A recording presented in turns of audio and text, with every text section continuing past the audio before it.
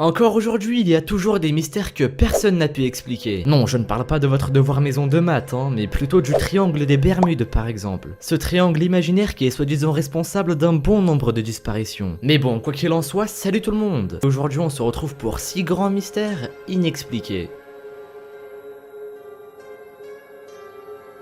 Numéro 6, on commence avec l'affaire YOGTZE. C'est l'une des affaires criminelles les plus célèbres d'Allemagne parce qu'elle reste inexpliquée et très mystérieuse.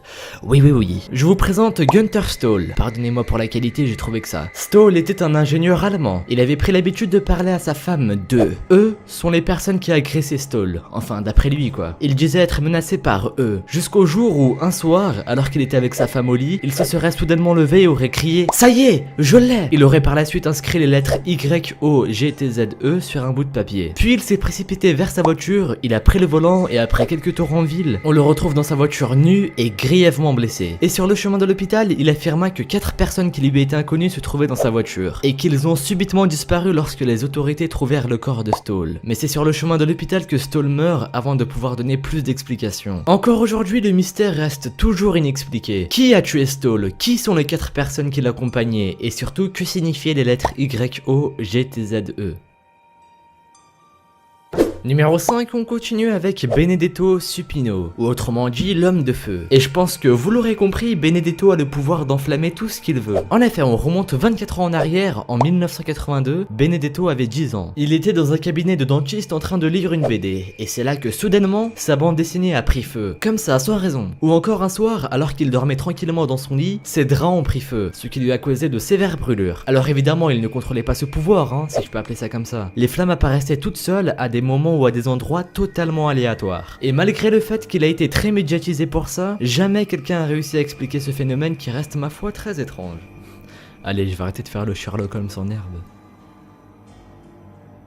Numéro 4, on continue avec la famille Söder. Alors je sais que j'en avais déjà parlé dans ma vidéo sur les 5 disparitions mystérieuses et inexpliquées, mais je trouve que cette affaire rentre parfaitement avec le sujet de cette vidéo. Alors pourquoi pas en reparler? De toute façon, je suis sûr que vous avez déjà tout oublié à propos de cette famille, alors voilà. D'ailleurs, si vous voulez voir ou revoir la vidéo, je mettrai le lien dans la description. Bref, j'arrête de vous saouler avec ça. Je disais que la famille Söder a vécu un événement tragique. En effet, un soir de Noël en 1945, la maison de la famille Söder a pris feu, ce qui a tué 5 enfants de la famille. Mais le problème dans l'histoire, c'est que les corps des enfants brûlés n'ont jamais été retrouvés. Il devrait au minimum y avoir les restes de leur corps, ou leurs cendres, car faut savoir que l'incendie a été très rapide, bien trop rapide pour que les corps soient entièrement brûlés. Mais malheureusement, rien n'a été trouvé. Du coup, la question qu'on se pose c'est, est-ce qu'ils sont vraiment morts? On n'en sait trop rien. Bon, je suis désolé mais je reviens là-dessus. Je vous conseille vraiment d'aller voir ma vidéo sur les disparitions car j'en parle beaucoup plus de cette affaire. Parce qu'il y a bien d'autres choses à savoir.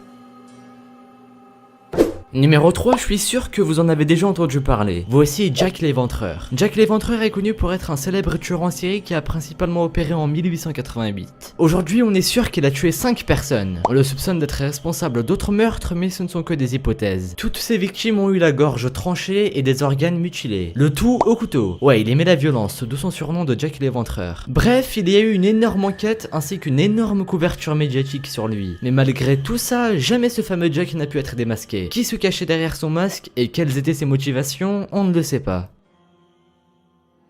Numéro 2, autour de l'affaire du col Dyatlov. Alors c'est un événement qui a énormément polémiqué, surtout à l'époque où elle a eu lieu. On remonte un demi-siècle en arrière, en 1956, où un groupe de 9 randonneurs s'aventure dans l'Oural en Russie. Sauf que quelques jours plus tard, ils sont tous retrouvés morts près de leur campement dans des circonstances très mystérieuses. Comme le fait que leur peau est devenue orange et leurs cheveux grisâtres. Ou encore que certains ont été retrouvés nus et d'autres en sous-vêtements. Mais ça ne s'arrête pas là. 3 d'entre eux présentaient des blessures mortelles. L'un avait le crâne fracturé, l'autre des côtes cassées, et le dernier lui manquait carrément sa langue, ses yeux, une partie de ses lèvres, et j'en passe. Mais selon les médecins qui étaient sur place, ces blessures n'ont pas été faites par un humain, car selon lui, une très grande force est nécessaire pour infliger de tels dégâts, et toutes les autres hypothèses présentent des contradictions de ce genre. Du coup, aujourd'hui, on estime qu'une force irrésistible inconnue aurait tué ces 9 randonneurs. Mais personne ne sait qui, ou quoi, et surtout comment.